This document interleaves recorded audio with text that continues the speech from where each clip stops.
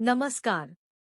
उत्तर भारत के दो किसान राजेश और सुमन एक महत्वपूर्ण बातचीत में शामिल होने वाले हैं।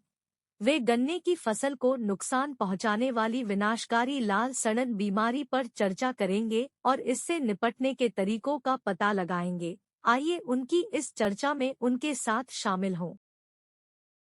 सुमन, क्या तुमने हाल ही में गन्ना देखा है? लाल सड़न रोग मतलब रेड रॉट जंगल की आग की तरह फैल रहा है। मुझे पता है, राजेश।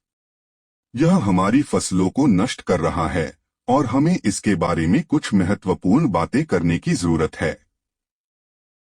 सुमन, लाल सड़न एक कवक रोग है जो गन्ने को प्रभावित करता है। यह डंठलों पर लाल भूरे रंग के घावों के रूप में दिखाई देता है और इससे गन्ने की उपज को गंभीर नुकसान हो सकता है। लाल सड़न रोग को हम कैसे पहचान सकते हैं? सुमन, गन्ने की तीसरे चौथे पत्तों में अगर लाल धब्बे दिखाई दें तो आप पत्तों को पलटकर देखें। अगर पत्तों के पीछे भूरे रंग के धब्बे दिखें, रुद्राक्ष के जैसे, तो समझ जाएं कि लाल सड़न रोग की शुरुआत हो चुकी है और सुनिश्चित करने के लिए गन्ने को फाड़ के देखें। गन्ने के अंदर से सिरके के जैसी बदबू आएगी और लाल व सफेद रंग के धब्बे दिखेंगे। पर यह लाल सड़न रोग होता क्यों है, राजेश?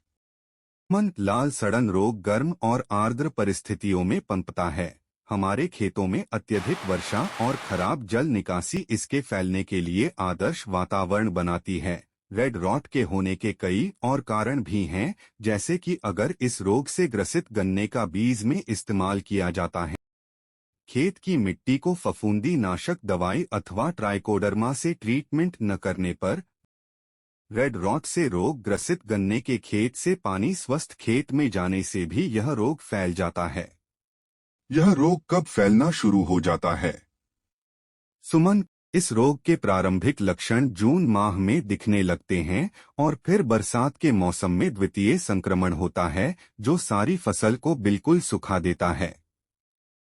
हम इसे रोकने के लिए क्या कर सकते हैं? सुमन, हम कई निवारक उपाय कर सकते हैं। सबसे पहले हमें रोपण के लिए रोग प्रतिरोधी गन्ने की किस्मों का चयन करना चाहिए। और कुछ? हमें नमी के स्तर को कम करने के लिए अपने खेतों में उचित जल निकासी सुनिश्चित करनी चाहिए।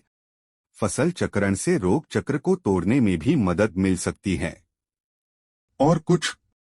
हाँ सुमन, नियमित क्षेत्र निरीक्षण और संक्रमित पौधों को समय पर हटाने से और जलाने से इस बीमारी को फैलने से रोका जा सकता है। जिस स्थान से संक्रमित गन्ने को उखाड़ा है, उस स्थान की मिट्टी में 10 से 15 ग्राम ब्लीचिंग पाउडर डालकर मिट्टी से ढक दें। साथ ही जैव फफूंदीनाशक का प्रयोग भी प्रभावी हो सकता है।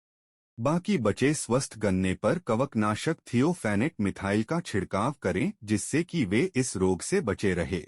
इस रोग की रोकथाम के लिए खेत की मिट्टी का ट्राइकोडर्मा हर्जियानुम से उपचार भी जरूरी है।